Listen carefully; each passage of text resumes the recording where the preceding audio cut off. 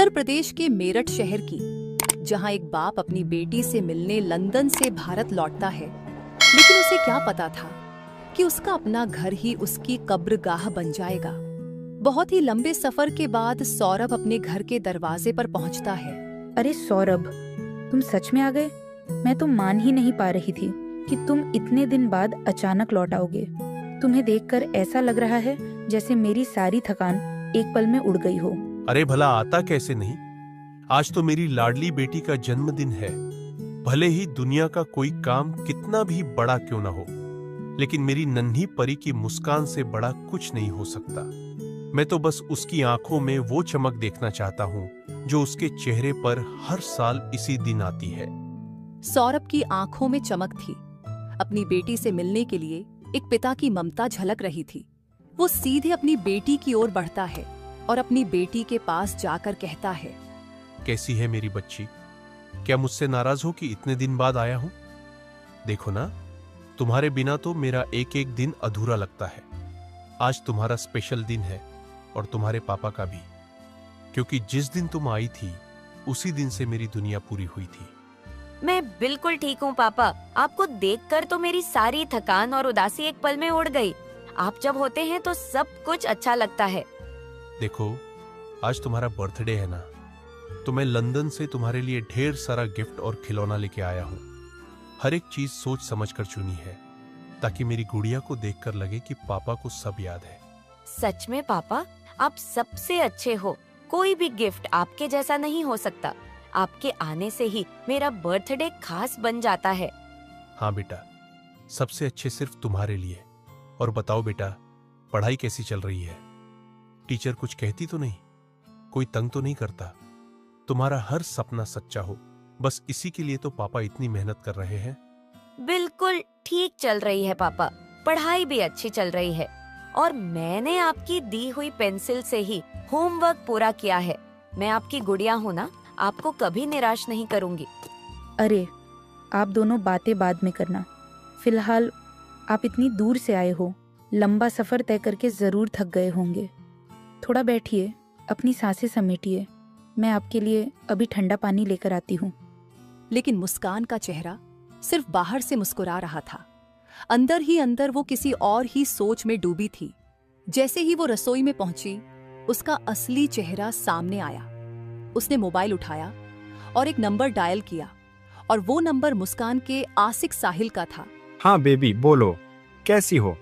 सब ठीक है ना वहाँ? तू ठीक तो है ना? बोलना क्या है, मेरा पति, मेरा बोझ घर आ गया है। अब सुन ध्यान से, तू वो बेहोशी वाली दवा लेकर मेरे घर के बाहर जल्दी आ जा। देर मत करना, समझा ना? जैसे ही मौका मिलेगा, जैसे ही ये अकेला पड़ेगा, हम इसका खेल खत्म कर देंगे, हमेशा के लिए। बस बेबी, 2 मिनट में लेकर आया। वैसे भी तुझसे किया हुआ वादा कभी अधूरा छोड़ा है क्या?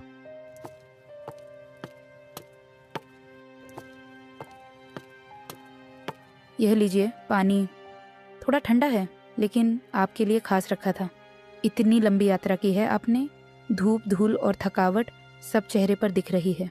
पहले ये पानी पी लीजिए, फिर ज़रा हाथ मुंह धो लीजिए, ताकि आप थोड़ा तरोताज़ा महसूस कर सके। तब तक मैं आपके लिए गर्मागर्म खाना परोस देती हूँ, आपकी पसंद का। हाँ ठीक है, थकान भी है और भूख भी। लंबा सफर था और पूरे रास्ते यही सोचता रहा कि अब घर बस एक मोड़ दूर है।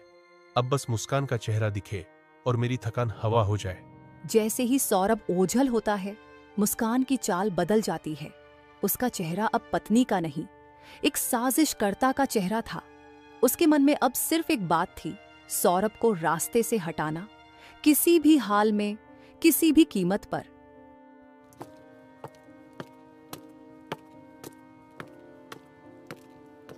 मुस्कान घर से बाहर तेजी से निकलती है। गली में जाकर बेचैनी से इधर उधर देखती है। अरे कहाँ रह गया ये साहिल? मैं कब से इंतजार कर रही हूँ उसका। घड़ी की हर टिक टिक से बेचैनी बढ़ती जा रही है। कितनी देर हो गई, अब तक आया क्यों नहीं? हर मिनट में लगता है जैसे सब कुछ फिसल जाएगा हाथ से।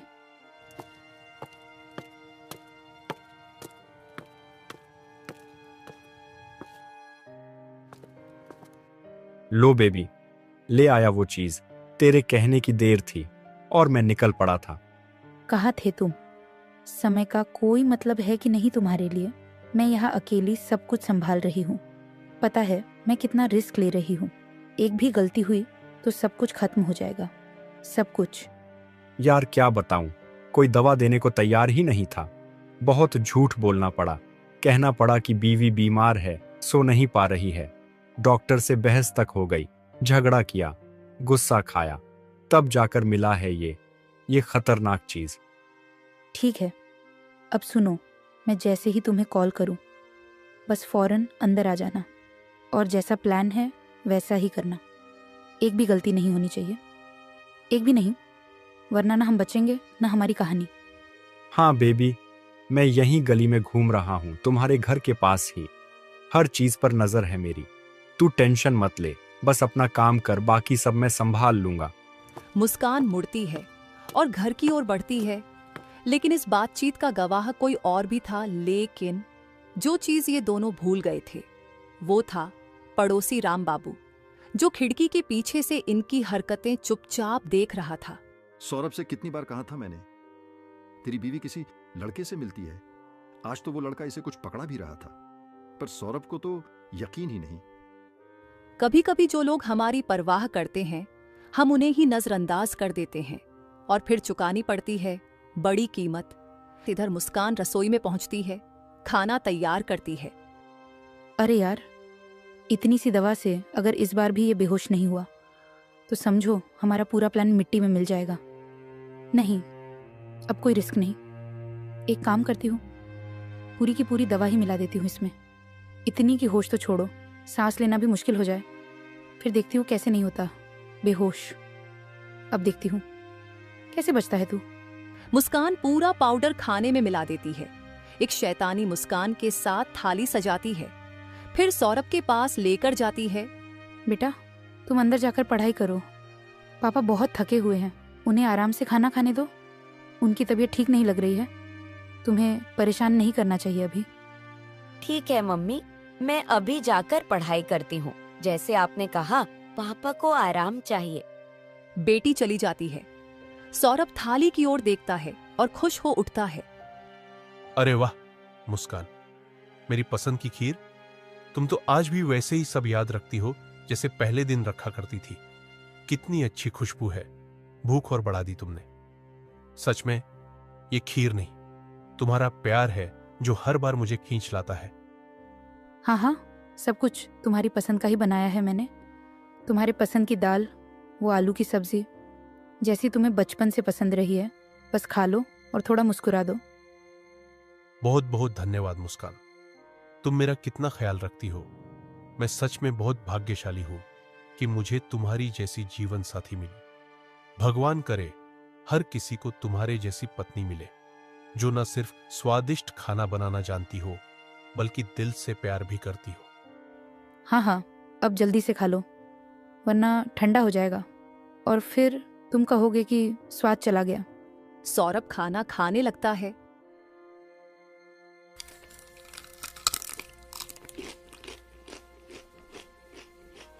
अरे मुस्कान, तुम भी आ जाओ।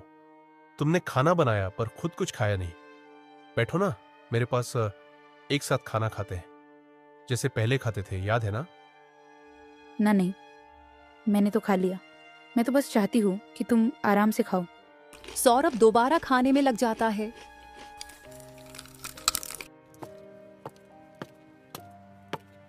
मुस्कान गिलास में पानी भरकर लाती है। ये लीजिए पानी, ठंडा है लेकिन दिल से दिया है। सौरभ खाना खत्म करता है। पानी पीते ही अचानक उसका सिर घूमने लगता है। मुस्कान, शायद थकान की वजह से मुझे नींद आ रही है, बहुत नींद आ रही है। शायद अब मैं बस थोड़ा आराम कर लूं, बस कुछ मिनट, फिर बात करेंगे बहुत सारी।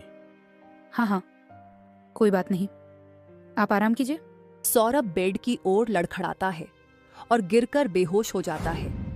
मुस्कान थाली उठाकर रसोई में जाती है।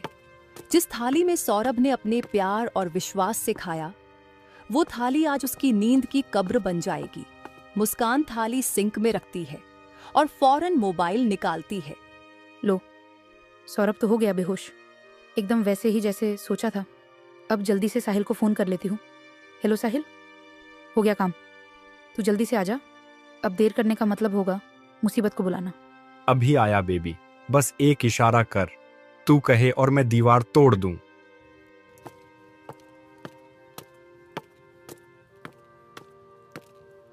कुछ ही मिनटों में साहिल घर के पिछवाड़े से अंदर घुसता है। मुस्कान से फुसफुसाकर बोलता है, बेहोश तो हो गया ना? हाँ हाँ, हो गया। अब बस एक काम बाकी है, इसे मारना, एकदम खत्म कर देना। वाह, तेरा दिमाग सच में गजब का है मुस्कान। तू चाह ले तो दुनिया भी झुका सकती है। अब इसे मारे कैसे? उसका भी इंतजाम मैंने कर लिया है। यह लो खंजर, तेज नुकीला, और अब इंतजार में है सिर्फ एक वार का, और कर दो इसका सीना आर पार। साहिल खंजर हाथ में लेकर कांपता है। कैसे मुस्कान? ये तो आदमी है, जानवर नहीं। मुझसे नहीं होगा ये। मैं बहुत डर रहा हूं, मेरे हाथ कांप रहे हैं। नहीं मुस्कान, मुझसे नहीं होगा ये। मुझे बहुत डर लगता है, कहीं कुछ गलत हो गया तो, पुलिस ने पकड़ लिया तो। मुझे जेल का नाम सुनकर भी पसीना आ जाता है। साहिल डर रहा है, लेकिन मुस्कान उसे समझा रही है। अरे यार, तुम भी ना, मैं तुम्हारे साथ हूँ, कुछ नहीं होगा, सब कुछ मैं देख लूंगी। लो ये पकड़ो और कर दो इसका काम तमाम। साहिल कांपते हाथों से खंजर पकड़ता है। दोनों सौरभ की ओर देखते हैं जो बेहोश पड़ा है।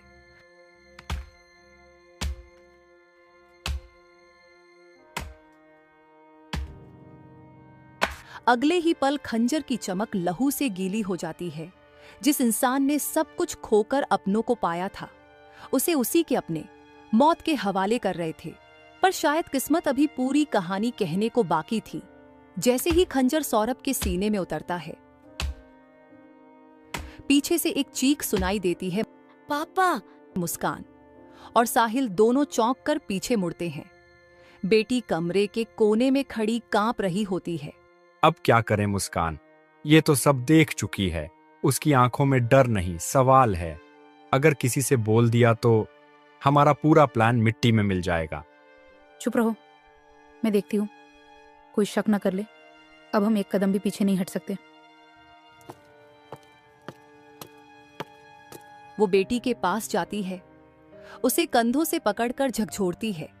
अगर तुमने किसी को कुछ बताया ना, तो तुम्हारा हाल भी तुम्हारे पापा जैसा कर दूंगी, समझी? ये मेरा घर है और यहाँ वही होगा जो मैं चाहती हूँ। नहीं मम्मी, मैं किसी को कुछ नहीं बताऊंगी। प्लीज मम्मी, मत मारो मुझे। मैं बहुत डर रही हूँ। मैंने कुछ नहीं सुना, कुछ नहीं देखा। बस मुझे माफ कर दो मम्मी। मैं कुछ नहीं बोलूंगी, किसी से नहीं। बेटी फूट फूट कर रोने लगती है।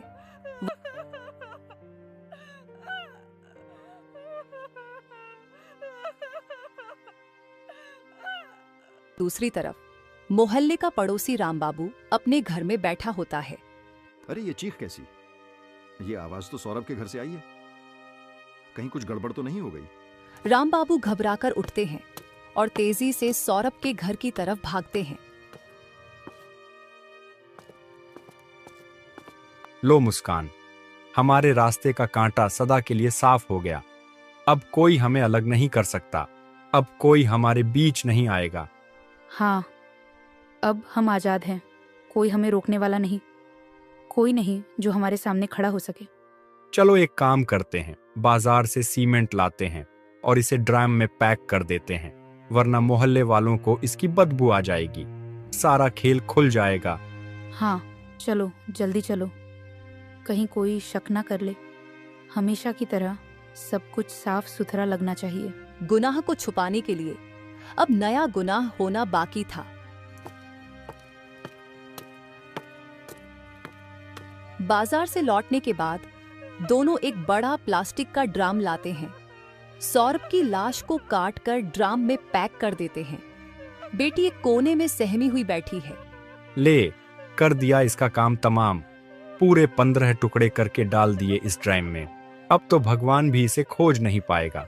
किसी को अब भनक तक नहीं लगेगी, न पुलिस न पड़ोसी, सब कुछ खत्म।